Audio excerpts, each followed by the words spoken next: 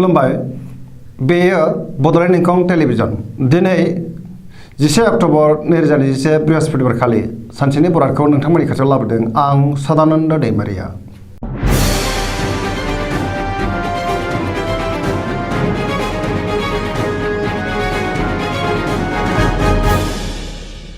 सिगां फरायनो लादों मेष राशि गिबि हांखो अ ल।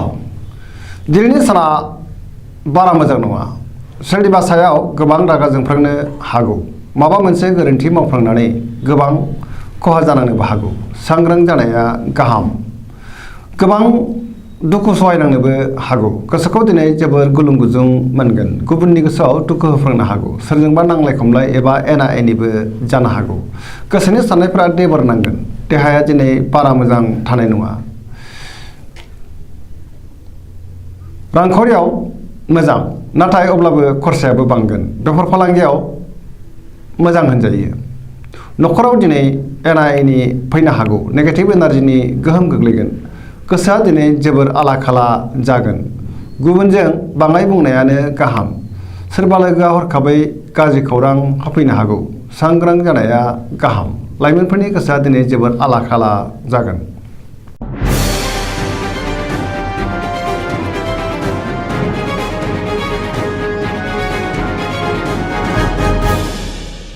वृष राशि गिबि हांखो इ उ ब। दिनैनि साना जोबोर मोजां। पजिटिभ एनार्जिनि गोहोम गोग्लैगोन। गोसोखौ जोबोर गोजोननाय मोनगोन। गोसोनि बोलोआ बांगोन।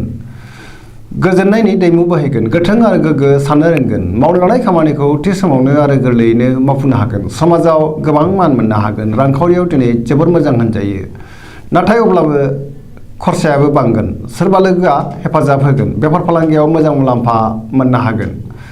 आयाबो बांगोन। न'खराव दिनै बिसि फिसायनि गेजेराव अनलायनाय फैगोन। बिदा फंबायजों मोजां सोमोन्दो थागोन। देहाया मोजाङै थागोन। समाजाव गोबां मान मोनगोन। सोरबा लोगोनि हेफाजाब मोनगोन। लाइमोनफोरनि गोसोआ दिनै जोबोर रमान्टिक जागोन आरो गावबा गावनि गोसोनि साननायखौ फोरमायलायनोबो हागोन। गुबुननि गोसोखौ बोनो हागोन। गोदान खामानियाव आखाइ होजेननो हागोन। गोसोनि साननायफोरा जाफुंगोन।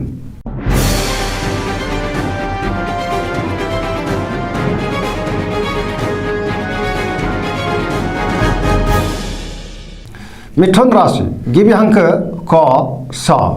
दिनैनि साना बारा मोजां नङा। गोसोआव गोजोननाय गैयै जानो हागौ। गावखौल' साननो रोंगोन आरो गोसोनि जिंगायाबो बांगोन। मावनो लानाय खामानिखौ थि समावनो मावफुंनो गोब्राब जागोन। गोसोखौ दिनै जोबोर दरसि मोनगोन। देहाया मोजाङै थागोन। रांखावरियाव बारा मोजां नङा। बेफार फालांगियाव बारा मोजां नङा। गोबां खहा जानांनो हागौ। न'खराव दिनै अनलायनाय फैगोन। समाजाव मान मोनगोन। गोसोनि साननायफ्रा अदेबानि जाफुंनोबो हागौ। गुबुननि गोसोखौ बोनो हागोन। सिगांनि बबेबा जेंनाखौ सुस्रांनोबो हागोन। गोसोआ दिनै जोबोर गोग्गा जागोन। लाइमोनफोरा मोजां खौरां मोननो हागौ। गोसोआ दिनै जोबोर रमान्टिक जागोन आरो गावबा गावनि गोसोनि साननायखौ फोरमायलायनोबो हागोन। फरायसाफ्रा फरायनायाव गोसो दुंखांगोन।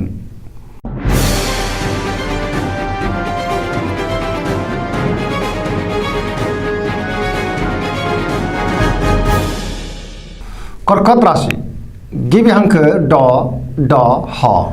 दिनैनि साना बारा मोजां नङा। गुबुननि थाखाय नाङा फाङा जेंनायाव गोग्लैनांनो हागौ। देहाया दिनै लोरबां जागोन।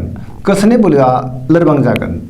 लोगोफोरनि हेफाजाब मोननो गोब्राब जागोन। गोबां बिथिङाव गोबां मोजां खाबुफोरा दिनै आखाइनिफ्राय बारग'लांनो हागौ। सांग्रां जानाया गाहाम। गोसोखौ दिनै जोबोर उसुखुथु मोनगोन। मावनो लानाय खामानिखौ मावफुंनो गोब्राब जागोन। रांखावरियाव बारा मोजां नङा।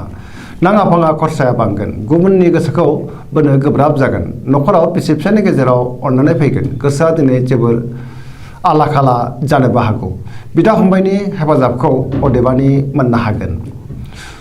गुबुननि थाखाय नाङा फाङा जेंनायाव गोग्लैनांनो हागौ। नेगेटिभ एनार्जिनि गोहोम गोग्लैगोन। फरायसाफ्रा फरायनायाव गोसो दुंखांगोन आरो मोजां फिथाइ मोनगोन। गोसोनि साननायफ्रा देबर नांगोन।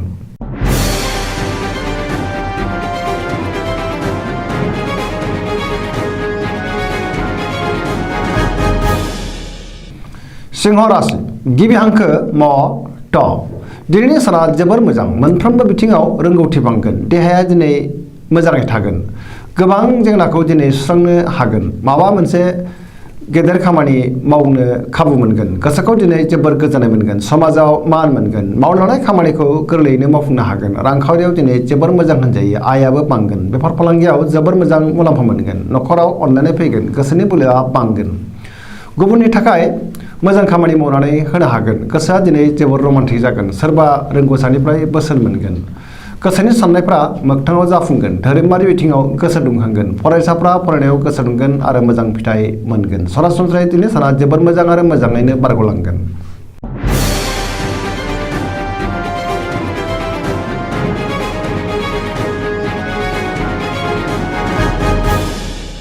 कन्या राशि गिबि हांखो प ट दिनैनि साना जोबोर मोजां बयजोंबो गोरोबनो रोंगोन हरखाबै सोरबा लोगोनिफ्राय मोजां खौरां फैनो हागौ सिगांनि बबेबा जेंनाखौ दिनै सुस्रांनो हागोन गोसोखौ जोबोर गोजोननाय मोनगोन गुबुननि गोसोखौ बोनो हागोन रांखावरियाव दिनै जोबोर मोजां मोननो गोनां धोनखौ मोननो हागोन बेफार फालांगियाव मोजां मुलाम्फा मोनगोन देहायाबो दिनै मोजाङै थागोन गोबां सुबुंखौ लोगो मोनगोन पजिटिभ एनार्जिनि गोहोम गोग्लैगोन न'खराव दिनै बिसि फिसायनि गेजेराव अननानै फैगोन समाजाव मान मोनगोन गोसोनि साननायफ्रा मोगथाङाव जाफुंगोन लाइमोनफोरनि गोसोआ दिनै जोबोर रमान्टिक जागोन आरो गावबा गावनि गोसोनि साननायखौ फोरमायलायनो हागोन फरायसाफ्रा फरायनायाव गोसो दुंखांगोन आरो मोजां फिथाइ मोनगोन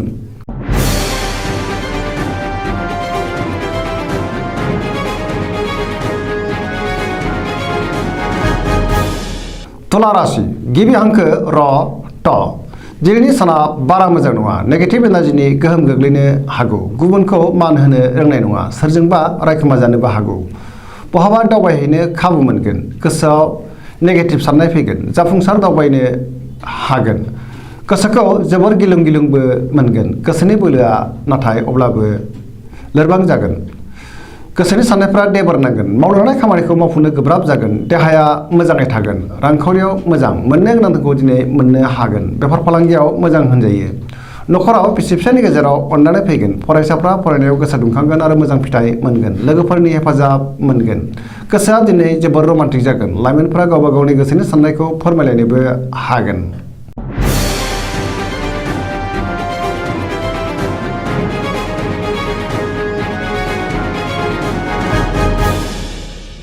वृश्चिक राशि गिबि हांखो न स दिनैनि साना बारा मोजां नङा गोबां जेंनाजों मोगा मोगि जानांनो हागौ गोसोखौ दिनै जोबोर उसुखुथु मोनगोन देहाया बारा मोजां थानाय नङा गगा बायदिसिनाजों खस्थ' मोनगोन देहानि बबेबा मोनसे बाहागोआव दुखु मोननोबो हागौ नेगेटिभ एनार्जिनि गोहोम गोग्लैगोन गोसोआव गिलुं गिलुं एबा गिनाय फैगोन रांखावरियाव मोजां मोननो गोनांखौ दिनै मोननो हागोन गोबां धोन आरजिनोबो हागोन मावनो लानाय खामानिखौ थि समावनो मावफुंनो हागोन सिगांनि बबेबा आद्रा खामानियाबो दिनै मावफुंजागोन गोसोनि साननाया नाथाय देबर नांगोन गोसोनि बोलोआबो लोरबां जागोन समाजाव मान मोनगोन न'खराव दिनै अननानै फैगोन रांखावरियाव मोजां अदेबानि खरसायाबो बांगोन गुबुननि गोसोखौ बोनो हागोन सेंग्रा सिख्लाफ्रा गोसोखौ दिनै जोबोर रमान्टिक मोनगोन फरायसाफ्रा फरायनायाव गोसो दुंखांगोन आरो मोजां फिथाइ मोनगोन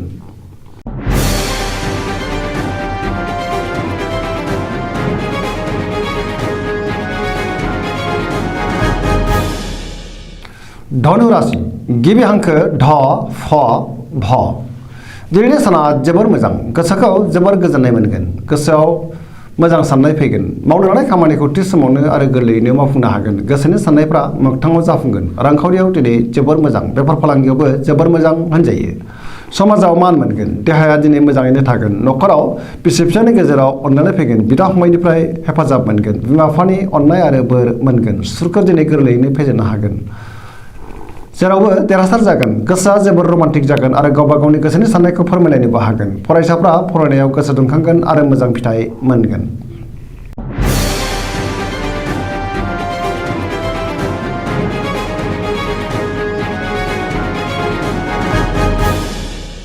मकर राशि गिबि हांखो ख ज दिनैनि साना मोजां आरो गाज्रिनि गेजेरजों बाबेनलांगोन गोसोखौ जोबोर गुलाय गुजाय मोनगोन रांखावरियाव जोबोर मोजां नाथाय अब्लाबो खरसायाबो बांगोन बेफार फालांगियाव जोबोर मोजां होनजायो न'खराव अनलायनाय फैगोन मावनो लानाय खामानिखौ मावफुंनो हागोन समाजाव मान मोनगोन सोरबा लोगोनिफ्राय हरखाबै गाज्रि खौरां फैनोबो हागौ सांग्रां जानाया गाहाम गोसोनि साननायफोरा देबर नांगोन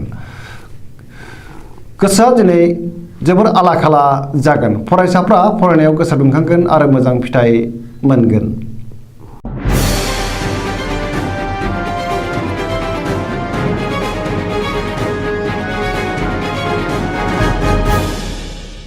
कुम्भ राशि गिबि हांखो ग स स दिनैनि साना मोजां आरो गाज्रिनि गेजेरजों बाबेनलांगोन गोसोखौ जोबोर उसुखुथु मोनगोन मावनो लानाय खामानिखौ थि समावनो मावफुंनो गोब्राब जागोन समाजाव मान मोनगोन गोबां मुंदांखा सुबुंजों लोगो मोनलायगोन रांखावरियाव जोबोर मोजां गोबां धोन आरजिनो हागोन बेफार फालांगियाव जोबोर मोजां मुलाम्फा मोनगोन आयाबो बांगोन देहाया नाथाय बारा मोजां थानाय नङा गोबां रोखोमनि देहायारि जेंनायाव गोग्लैनांनो हागौ सांग्रां जानाया गाहाम जानाय लोंनायाव सांग्रां जानायनि गोनांथि दङ नखराव अनलायनाय फैगोन गुबुननि हेफाजाब मोनगोन लाइमोनफोरा गोसोखौ दिनै जोबोर रमान्टिक मोनगोन आरो गोसोनि साननायखौ फोरमायलायनोबो हागोन धोरोमारि बिथिङावबो गोसो दुंखांगोन गोसोनि साननायफ्रा नाथाय अब्लाबो टेबोर नांगोन